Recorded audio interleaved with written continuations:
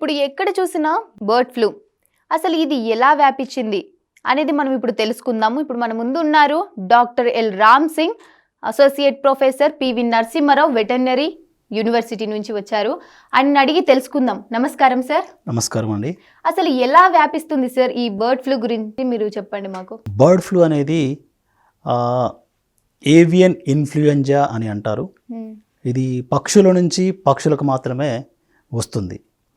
సాధారణంగా దీంట్లో H5N8 అనే స్ట్రెయిన్ వల్ల ఒక పక్షి నుండి ఇంకో పక్షికి వస్తుంది.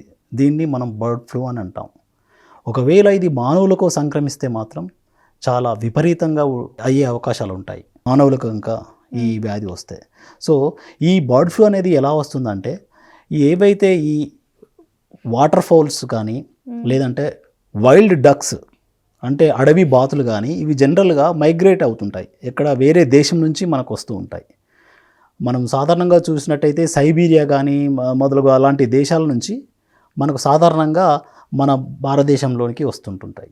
అలాంటి ఈ పక్షులు ఏదైతే ఈ బర్డ్ ఫ్లూ ద్వారా ఇన్ఫెక్ట్ అయి ఉంటాయో అవి దాని యొక్క వైరస్ దాని ఇంటెస్టైన్ నుంచి మోసుకొని వచ్చి అవి ఎక్కడైతే మనకు సాధారణంగా నీటి ప్రవాహం ఎక్కువగా ఉన్న ప్రాంతాల్లో చేరినప్పుడు మనకి దాని యొక్క రెట్ట ఏదైతే ఆ పక్షి యొక్క రెట్ట వేయడము, ఆ నీరు కూడా అంతా కలుషితం కావడం, దాని తర్వాత వాటి వల్ల మాకు ఏమైనా ఎఫెక్ట్ కలుగుతుందా? తప్పకుండా. అది ఏ విధంగా ట్రాన్స్మిషన్ అవుతుందని తెలుసుకుంటే ముందుగా మనము ఆ రెట్ట వల్ల వేరే పక్షులు తినడం వల్ల వాటికి వచ్చే అవకాశాలు ఎక్కువగా ఉంటాయి. అదేవిధంగా ఈ వాటర్లో కంటామినేషన్ అయిన వాటర్ని మనకి ఏవైతే ఈ గద్దలు, క్రోస్ అంటారు, కాకులు, ఇవి కూడా అక్కడికి చేరి దాని యొక్క ఇన్ఫెక్టెడ్ ఉన్న పక్షులని సెలైవేషన్ కానీ లేదంటే వాటి యొక్క ఫీసిస్ అంటే వాటి యొక్క రెట్ట కానీ తినడం వల్ల అది వేరే పక్షులకు రావడానికి ఆస్కారం ఉంటుంది. ముఖ్యంగా దీన్ని ఎయిర్బార్న్ డిసీజ్ కూడా అంటారు. ఎయిర్బార్న్ ట్రాన్స్మిషన్ ఎక్కువగా అయ్యే అవకాశాలు ఉంటాయి. ఎందుకంటే పక్షులు సపోజ్ మనము తీసుకున్నాం అనుకోండి, ఈ పౌల్ట్రీ ఫార్మ్స్ కోళ్ళ ఫారంలో ఉండే కోళ్ళకి కనుక వచ్చిందనుకోండి, దాంట్లో వందల వేల సంఖ్యలో ఉన్న పక్షుల్ని మనం గుర్తించడం కష్టం. దాంట్లో ఏమవుతుందంటే ఏదో ఒక పక్షికి మనకు ఆ రోగ నిర్ధారణ సిమ్టమ్స్ ఉన్నప్పుడు అది పట్టుకోవడానికి వెళ్ళినప్పుడు దాన్ని కొట్టుకున్న రెక్కల నుంచి వెలువడే ధూళి పదార్థాల నుంచి కూడా మనకి ఇది ట్రాన్స్మిషన్ అవుతుంది. అదేవిధంగా సెలైవేషను, దాని ముక్కు నుండి కారే ఈ ద్రవాలు అది వేరే పక్షి తాకడం వలన, అదేవిధంగా వేరే పక్షులు వాటి యొక్క రెట్టను తొక్కి లేదంటే తినడం వలన వాటికి సంక్రమించే అవకాశం ఉంటుంది. ఇది మనం బర్డ్ ఫ్లూ అంటాం. సో ఈ బర్డ్ ఫ్లూని రాకుండా మనం పౌల్ట్రీ ఫార్మర్స్ తీసుకోవాల్సిన జాగ్రత్తలు ఏంటంటే, మన ప్రదేశంలో కానీ లేదంటే మన సరౌండింగ్స్లో, మన పౌల్ట్రీ ఫార్మ్ సరౌండింగ్స్లో ఈ కాకులు మరియు గద్దలు రాకుండా చూసుకోవాల్సిన అవసరం ఎంతనో ఉంది. అదేవిధంగా నిల్వ నీళ్లు కూడా లేకుండా చూసుకోవాల్సిన అవసరం ఉంది పరిసర ప్రాంతాల్లో. ముఖ్యంగా దానా కూడా వేస్ట్ చేయకుండా ఆ దానాని మన పౌల్ట్రీ ఫామ్ పక్కన కానీ లేదంటే అక్కడ కానీ వేయకుండా చాలా జాగ్రత్తగా బయోసెక్యూరిటీ లెవెల్స్ కూడా మనం పాటించాల్సిన అవసరం ఉంటుంది. ఇప్పుడు ఏదైతే ఈ బర్డ్ ఫ్లూ అనేది మనకు సంక్రమిస్తుందో చాలా ఫ్యాటలిటీ రేట్ ఎక్కువగా ఉంటుంది. చాలా పెద్ద మొత్తంలో చనిపోయే అవకాశాలు ఉంటాయి పక్షులు. అదేవిధంగా అది కాకుండా కూడా మానవాళికి కూడా భంగం కలిగించే ఆస్కారం ఉంటుంది. అసలు మనుషులలో ఎలా గుర్తించారు సార్ ఈ వ్యాధి గురించి? ఇది మనుషులలో మొదటిసారిగా ప్రపంచ ఆరోగ్య సంస్థ ప్రకారం WHO ప్రకారము 1997లో ఈ వ్యాధి గ్లోబల్ వైడ్గా నోటీస్ అయినది మనకు రికార్డ్స్ పరంగా మనకు తెలుస్తూ ఉంది. దాంట్లో మనం చూసుకున్నట్టయితే సగటున 2003 నుంచి 2019 వరకు దాదాపు వరల్డ్ వైడ్గా కూడా మనకి 861 మంది కేసెస్ అయితే వాటిలో 455 మంది చనిపోవడం జరిగింది. అంత రేటు అంటే దాని యొక్క మోర్టాలిటీ కానీ మార్బిడిటీ కానీ వ్యాపించే పద్ధతి కానీ చాలా ఎక్కువగా ఉంటుంది. కాబట్టి మనము తీసుకోవాల్సిన జాగ్రత్తలు ఏదైతే మనము రోజువారీ ఇప్పుడు ఉన్న నోవల్ కోవిడ్లో మనం ఏ విధంగా మనం పద్ధతులు పాటిస్తున్నామో అదేవిధంగా పరిశుభ్రంగా చేతులు కడుక్కోవడము, మాస్కులు పెట్టుకోవడము, ఇవన్నీ కూడా చేయాల్సిన అవసరం ఉంటుంది. అదేవిధంగా మనకు ఆ చనిపోయిన కోళ్ళను తాకడం కానీ లేదంటే వాటి యొక్క పచ్చి మాంసం తినడం కానీ వాటి వల్ల మానవులకు సంక్రమించే ఆస్కారం ఉంటుంది. ఇది మానవులకు వచ్చేవరకు H5N1 అనే స్ట్రెయిన్ ఇది మానవుల్లో మనం నిర్ధారించినారు. ఎప్పుడైతే ఇది 1997లో ప్రపంచ ఆరోగ్య సంస్థ ప్రకారం మనము ఈ స్ట్రెయిన్ అప్పుడు మనం గుర్తించాం. కానీ ఇప్పుడు చికెన్ తినడానికి కూడా భయపడుతున్నారు కదా సార్, ఎగ్స్ కూడా తినట్లేదు. అసలు దానివల్ల ఏమైనా ప్రాబ్లం ఉంటుందా? మీరు అడిగే ఈ మంచి ప్రశ్న. యాక్చువల్గా దీనివల్ల మనకి చికెన్ కానీ లేదంటే గుడ్లు కానీ మనము చాలా వేడిగా 70 నుంచి 100 డిగ్రీ సెంటీగ్రేడ్ల దగ్గర మనం దాన్ని బాయిలింగ్ చేస్తాం. అవును సార్. బాయిలింగ్ చేసినప్పుడు ఏమైతే ఉంటుందో ఆ వైరస్ అనేది సస్టైన్ అక్కడ కాదు, బతకదు. కాబట్టి మనం నిర్భయంగా ఎగ్స్ కానీ ఈ మటన్ కానీ తినొచ్చు. ఎవరికి ప్రాబ్లం ఉంటుంది అని అంటే ఎవరైతే పచ్చి మాంసం తినే అలవాటు ఉంటుందో ఆ పచ్చి మాంసం కూడా మనకి ఏదైతే ఈ వ్యాధి అనుకున్నామో బర్డ్ ఫ్లూ వ్యాధి సోకి ఉన్నట్టయితే అది ఆ బర్డ్ని తిన్నట్టయితే అతడికి వచ్చే అవకాశాలు ఉంటాయి. కాబట్టి పచ్చి మాంసం తినేది అనేది మనం కంప్లీట్గా అవాయిడ్ చేయాలి. అదేవిధంగా ప్రాపర్గా మనం శానిటైజేషన్ అనేది ఏదైతుందో ఇవన్నీ కూడా దినదిన రోజువారీ కార్యక్రమంలాగానే ఇప్పుడు పాటించుకోవాల్సిన అవసరం ఉంటుంది. అదేవిధంగా ఇప్పుడు అవుట్ బ్రేక్ అయితే ఏం చేస్తాము అనేది మీరు అన్నారు. ఏ విధంగా ఇప్పుడు సపోజ్ ఈ రాజస్థాన్ కానీ లేదంటే ఇప్పుడు మనకి యూపీలో ఉత్తరప్రదేశ్లో కానీ లేదంటే హిమాచల్ ప్రదేశ్లో కానీ లేదంటే కేరళలో కానీ ఈ విధంగా కొన్ని రాష్ట్రాలలో మనకు నోటీస్ అయ్యింది ఏది బర్డ్ ఫ్లూ అనేది వచ్చింది మనకి అని వాళ్ళు నిర్ధారించినారు సంబంధించిన గవర్నమెంట్ అధికారులు కూడా. సో ఎక్కడైతే ఈ బర్డ్ ఫ్లూ ఫామ్ దగ్గర అవుట్ బ్రేక్ అయితే మనకు తెలుస్తుందో ఆ తెలిసినప్పుడు సుమారుగా 0.6 నుంచి 1 కిలోమీటర్ రేడియస్లో 1 కిలోమీటర్ దూరంలో ఉన్న పక్షులన్నింటినీ చంపేయాల్సిన అవసరం ఉంటుంది. మనం చూసాం కేరళ నిన్నటికి నిన్న మొన్నటికి మొన్న వాళ్ళు అనౌన్స్ చేశారు మాకు ఈ బర్డ్ ఫ్లూ అనేది వచ్చింది, మేము ఈ కొట్టాయం ఆల్ఫుజా అనే ఈ జిల్లాలలో మేము వాటిని 48,000 వరకు సుమారుగా 48 నుంచి 50,000 వరకు మేము పక్షులను చంపుతున్నాము అనేది.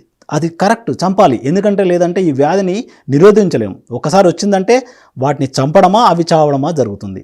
కాబట్టి వాటిని చంపేయడం చాలా ఉత్తమమైన పని. అవే కాకుండా చుట్టుపక్కల ఉన్న విదేశీ పక్షులు ఏమన్నా ఉన్నా కూడా వాటి యొక్క బాతులు కానీ లేదంటే కొంగలు కానీ నీటి కొంగలు కానీ నీటి బాతువులు కానీ ఎక్కడైతే ఉంటే వాటిని అన్నింటి కూడా ఆ పరిసర ప్రాంతాల మొత్తం కూడా చంపేయాల్సిన అవసరం ఉంటుంది.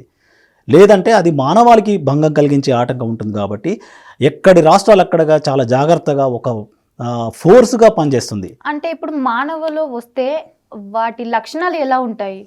మానవుల్లో ఏ విధంగా అయితే లక్షణాలు అంటే ఈ వ్యాధి సోకిన తర్వాత 2 నుంచి 7 రోజుల వరకు తీవ్రమైన తలనొప్పి, జలుబు, ముక్కు నుండి నీటి గారడం, అదేవిధంగా శ్వాసకోశ వ్యవస్థ మీద తీవ్రమైన ఇబ్బంది కలగడం, కరోనా లాగా అనుకోవచ్చు. సేమ్ అలాంటి సిమ్టమ్సే ఉంటాయి ఇక్కడ. కండరాల నొప్పులు ఉంటాయి, కండరాల నొప్పులు కూడా ఎక్కువగా కనబడుతుంది, జ్వరం కూడా చాలా ఎక్కువ స్టేజ్లో ఉంటుంది, చాలా ఎక్కువగా కనబడుతూ ఉంటుంది. అదేవిధంగా ఇది ఎక్కువ అయిన సందర్భంలో ఈ వ్యాధి కనుక ఎక్కువ అయిన సందర్భంలో నీకు కిడ్నీ ఫంక్షన్స్ కూడా ఫెయిల్ అయ్యే అవకాశాలు ఉంటాయి. అదేవిధంగా హార్ట్ మీద కూడా పనిచేస్తుంది. కాబట్టి ఇవి వచ్చిన తర్వాత 2 నుంచి 7 రోజుల్లోపు మనకి ఈ వ్యాధి లక్షణాలు బయట కనబడతాయి. అదేవిధంగా మీరు పక్షుల్లో తీసుకున్నట్టయితే పక్షులలో వాటి యొక్క జుట్టు కానీ వాటి యొక్క వాటిల్స్ అంటారు, వాటి యొక్క వాటిల్స్ కూడా మొత్తము ఉబ్బడము, బ్లూ కలర్గా అయిపోవడం, నీలి వర్ణం రంగులో అయిపోవడం, సైనోసిస్ అని అంటారు. ఆ సైనోసిస్ అనేదాన్ని నీలివర్ణంగా దాని యొక్క జుట్టు, దాని యొక్క వాటిల్స్, అదేవిధంగా ఎడిమా అంటే ఏంటంటే నీరు ఎక్కువ చేరడం, ఉదర భాగంలో ఎక్కువగా నీరు చేరడం, దాని యొక్క గుండె పక్కన మనం పోస్ట్ మార్టం కనుక చేసి చూసినట్టయితే ఆ గుండె పక్కన కూడా హ్యూమరేజ్ బ్లడ్ క్లాట్స్ అవ్వడం, ఆ గిజెడ్ దగ్గర కూడా బ్లడ్ క్లాట్స్ అవ్వడము, ఇవన్నీ జరుగుతూ ఉంటాయి. అంటే అదే విధంగా మనుషులకు కూడా అయితే అంటారా? ఇదే విధంగా అంటే కిడ్నీ ఫంక్షన్స్ ఫెయిల్ అవుతాయి అని చెప్పాను కదా, ఇవి ఏదైతే రోగం ఎక్కువగా మితిమీరిపోయినప్పుడు ఈ లక్షణాలు కనబడతాయి.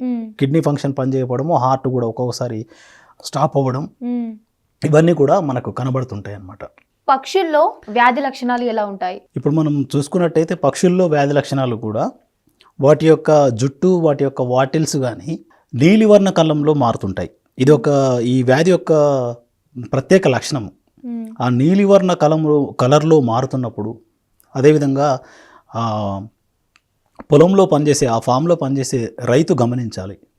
ఏ విధంగానైతే ఆ పక్షికి ఉదర భాగంలో ఎక్కువగా వాటర్ చేరడం వలన, దాని తర్వాత నడవలేకపోవడము, దాని యొక్క వ్యాధి అంటే ఒక దగ్గర కూర్చొని ఉండడము, సిక్ అయి ఉండడము, టెంపరేచర్ రావడము, ఇవన్నీ కనబడుతూ ఉంటాయి.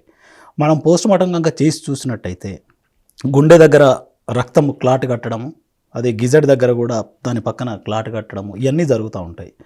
సో మనము ఆ వ్యాధి ఎప్పుడైతే కనబడింది అన్నప్పుడు ఆ పక్షుల్ని చంపేయడము చేయాలి. ఆ చంపడం కూడా అంటే అక్కడ ఆరుబయట చంపడం, రోడ్డు మీద వేయడం కాకుండా, మనం ఏదైతే భూమి ఉంటుందో భూమిలో పెద్ద గుంత తీసి ఆ గుంతలో వాటిని వేసి మొత్తం పూర్తి చేసేయాలి. ఆ విధంగా మనం వాటిని పక్షులన్నింటినీ కూడా చేయవలసిన అవసరం ఉంటుంది. మనము హైదరాబాద్లో కనుక చూసుకున్నట్టయితే 2015లో కూడా మనకు బ్లడ్ ఫ్లూ అనేది ఈ తొరూరు అనే ఒక గ్రామంలో వచ్చింది, హయత్ నగర్ మండల్. అప్పుడు అక్కడ ఉన్న రైతే మనకి ఇంటిమేషన్ ఇచ్చినాడు ఇలా ఉంది అని. అంటే అక్కడ వెళ్ళిన మన డాక్టర్స్ బృందం కూడా వాటిని రోగ నిర్ధారించి ఇది ఇన్ఫ్లుయెంజా, ఏవియన్ ఇన్ఫ్లుయెంజా అని చెప్పేసి వాటిని అన్నిటిని కూడా మనం చంపడం జరిగింది. చంపిన తర్వాత ప్రాపర్ శానిటైజేషన్ ఇవన్నీ కూడా మనం మెయింటైన్ చేసాం. ఈ విధంగా మెయింటైన్ చేసుకుంటే ఏమవుతుందంటే ఒక ఫామ్ నుంచి ఇంకొక ఫామ్కి దీన్ని ప్రాపగేషన్ అంటే రోగం అంటకుండా ఉండే ఆస్కారం ఉంటుంది. అవును. దీనికి ఎలాంటి వ్యాక్సిన్స్ లేవు, వీటికి ఎలాంటి ట్రీట్మెంట్ అనేది లేదు. నివారణ ఒకటే మార్గం. ఆ నివారణ కూడా మీరు ఏ విధంగానైతే ఈ బయోసెక్యూరిటీ అంటున్నామో, ఆ బయోసెక్యూరిటీ అనేది చాలా చాలా ఇంపార్టెంట్. మన ఫామ్లోనికి ఇతరులను ఎక్కువగా రానివ్వడం కానీ, లేదంటే ఈ దానా బండ్లు, ఈ వెహికల్స్, ఈ మార్కెటింగ్ చేసుకునేటప్పుడు ఇక్కడ ఉన్న కోళ్ళు కూడా బయటకు తీసుకుపోవడం కానీ, ఇవన్నీ జరుగుతున్నప్పుడు ప్రాపర్గా ఫుట్ బాత్ అనేది చేయించాలి. మీరు ఎంటేటప్పుడు పొటాషియం పరమాంగనేట్ కానీ, సావెలాన్ కానీ, డెట్టాల్ కానీ మీరు ఒక ఎంట్రన్స్ ముందు వాటిని నీళ్ళల్లో కలిపి పోసేస్తే వెళ్ళే ప్రతి ఒక్కరు కూడా దాంట్లో పనిచేసే రైతు నుంచి ఎవరైతే లోపలికి వెళ్తారో వాళ్ళు ఆ కాళ్ళని దాంట్లో తడుపుకొని వెళ్ళాలి. అదేవిధంగా మనకు వెహికల్స్ నుంచి బయట నుంచి వస్తున్న క్రమంలో వాటి యొక్క టైర్లు కానీ, వాటి యొక్క బాడీ మొత్తం కానీ ఆ వెహికల్ని ప్రాపర్గా శానిటైజేషన్ చేయాల్సిన అవసరం ఉంటుంది. ఈ విధంగా బయోసెక్యూరిటీ అనేది చాలా స్ట్రిక్ట్గా విజిలెంట్గా చేసుకుంటే మనం చాలా మట్టుకి ఈ రోగాన్ని నివారించడానికి ఆస్కారం ఉంటుంది. నేను అదే ఇంతకుముందు కూడా చెప్పాను, ముఖ్యంగా ఈ పౌల్ట్రీ ఫామ్లో పనిచేసేటప్పుడు మనకు కంపెనీడ్ బర్డ్స్ కూడా ఉంటాయి. అంటే ఇంట్లో పెంచుకునే కోళ్ళు కూడా ఉంటాయి, అదేవిధంగా కమర్షియల్గా కూడా ఉంటాయి. కాబట్టి మనం వాటన్నింటినీ సాధ్యమైనంత వరకు దూరంగా పెట్టుకొని చూసుకోవాల్సిన అవసరం ఉంటుంది. ఎందుకంటే ఫామ్లలో ఎక్కువగా ఉన్నప్పుడు ఆ కాకులు అనేది విరివిరిగా తిరుగుతుంటాయి, మీరు చూస్తుంటారు. ఎందుకంటే దానా ఉంటుంది కాబట్టి మనం ఆ దానా లోపల కోళ్ళకి వేసేటప్పుడు కింద పడిపోవడం కానీ, బయట నీళ్లు కూడా పక్కన ఇక్కడ నిల్వ ఉండడం వల్ల బయట నుంచి ఏవైతే ఈ పక్షులు తిరుక్కుంటూ వస్తాయో ఆ కాకులకి కనుక, ఆ గ్రద్దలని కనుక ఈ బర్డ్ ఫ్లూ అనేది, ఈ నోవల్ ఏవియన్ ఇన్ఫ్లుయెంజా అనే వైరస్ ఉంటే మాత్రం ఆ ఫారం మొత్తము అంటుకునే అవకాశం ఉంటుంది. కాబట్టి ఈ బయోసెక్యూరిటీ అనేది చాలా చాలా స్ట్రిక్ట్గా విజిలెన్స్గా చేయాల్సిన అవసరం ఉంది. దాని తర్వాత ఈరోజు మనం రాష్ట్ర ప్రభుత్వం కూడా, మన ఎనిమల్ హస్బెండరీ డిపార్ట్మెంట్ వాళ్ళు నిరంతరం 24/7 అంటే 24/7 లాగా ఇప్పుడు పనిచేస్తున్నారు సందర్భం. ర్యాపిడ్ యాక్షన్ టీములు కూడా ఏర్పడ్డాయి. ఎక్కడికక్కడ పౌల్ట్రీ ఫామ్స్ తనిఖీలు చేయడం జరుగుతుంది. ఒకవేళ వాళ్ళకు జబ్బు ఉంది అన్న పక్షికి వాళ్ళు కూడా ఇమ్మీడియట్గా పోస్ట్ మార్టం చేసి మనం హైదరాబాద్ ల్యాబ్కి పంపించి వాళ్ళు నివృత్తి చేసుకుంటున్నారు, ఇది బర్డ్ ఫ్లూవా కాదా అనేది. ఈ విధంగా మనము చాలా ముందుకెళ్తున్నాం.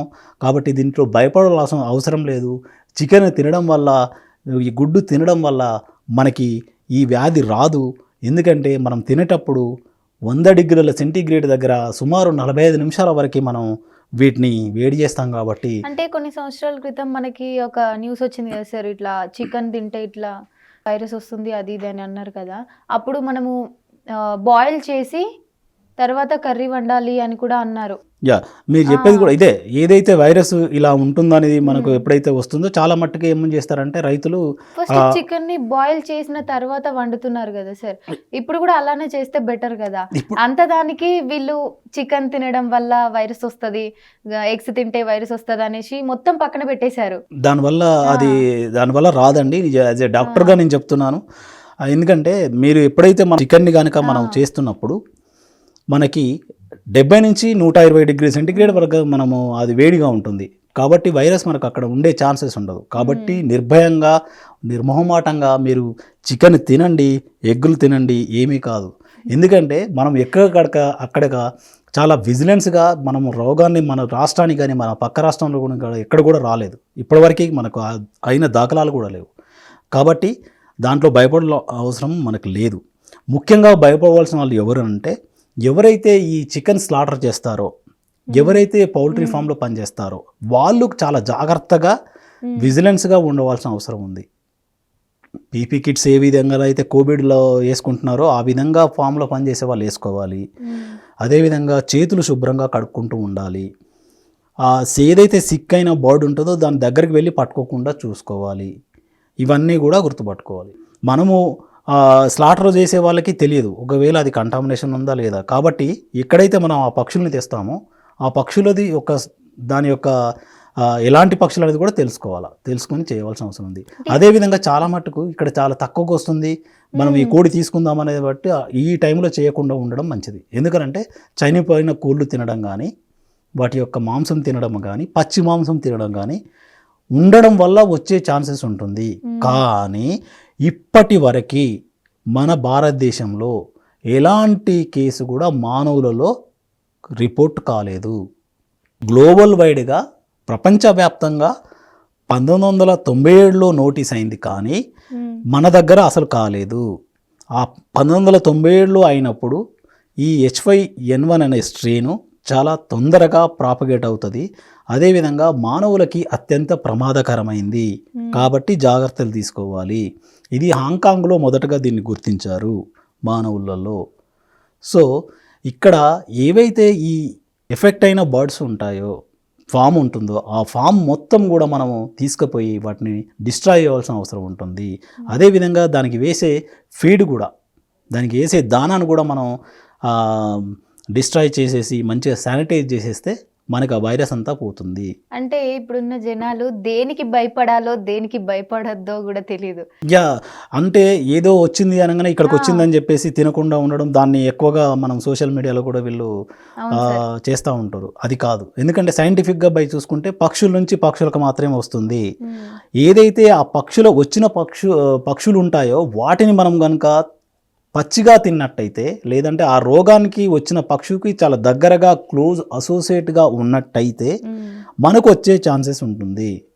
కాబట్టి మనకు ఆల్రెడీ చచ్చిపోతున్నప్పుడు అవి చాలా పెద్ద ఎత్తున చనిపోతుంటాయి. కాబట్టి మనకు అర్థమైపోతుంటుంది. 1-2 పక్షులు నీరసంగా ఉన్నప్పుడు మనం ఏదైతే డాక్టర్ గారిని పిలుస్తామో వాటిని చూపిస్తాం. కాబట్టి వాళ్ళు సందేహాలు మనకి నివృత్తి చేస్తారు. ఈ పక్షికి ఈ వ్యాధి ఉంది అని చెప్పగానే మనం దాన్ని చాలా దూరంగా ఉంటాం. కాబట్టి మనకు భయపడిన అవసరం లేదు. ఎందుకంటే మన రాష్ట్ర ప్రభుత్వం కూడా చాలా విజిలెన్స్గా పనిచేస్తుంది. అదేవిధంగా నోవల్ కోవిడ్ అప్పుడు కూడా మనం చూసాం చాలా ఎంత ఫాస్ట్గా రియాక్ట్ అయినారో. అదేవిధంగా ఈరోజు మన ఎనిమల్ హస్బెండరీ శాఖ కూడా చాలా యాక్టివ్గా, అందులో మన వైద్యులు కూడా నిరంతరం ర్యాపిడ్ యాక్షన్గా పనిచేస్తున్న సందర్భం. సో ఈ వైరస్ వచ్చిందా లేదా కూడా మనం ఎలా అంటే ల్యాబ్లో టెస్టులు కూడా చేసుకోవచ్చు. వైరస్ ఐసోలేషన్ కానీ లేదంటే RT-PCR టెస్ట్ ద్వారా కూడా మనకు ఇది నివృత్తి అవుతుంది. ఇది నోవల్ ఏవియన్ ఇన్ఫ్లుయెంజా కాదా అనేది తెలిసిపోతుంది అనమాట. సో ముఖ్యంగా అంటే దీన్ని తినడం వల్ల మాత్రం మనకి మానవులలోకి ఏమి రాదు. నిర్భయంగా మాంసం తినొచ్చు. దాని తర్వాత గుడ్లు కూడా మంచిగా తినండి. చూశారు కదా అండి, డాక్టర్ గారు చెప్పింది పాటించండి. నమ్మకమైన మీ ఆర్థిక నేస్తం Bhavithasri chit funds. Bhavithasri chits తో శ్రీకారం, బంగారు భవిష్యత్తుకు సాకారం. ఇంతకీ మా ఛానల్ ను సబ్స్క్రైబ్ చేసుకుంటారుగా, గంట కొట్టడం మాత్రం మర్చిపోవద్దు. Hello guys, this is Vinay Kuya. Hi, నేను మీ Sonakshi Varma. Hi, this is Avantika. This is Daystar Gopal. Please like, share and subscribe to. Please subscribe it. Please subscribe to Please subscribe to, like, share and subscribe to Top Telugu TV. Top Telugu TV. Top Telugu TV. Top Telugu TV. Top Telugu TV.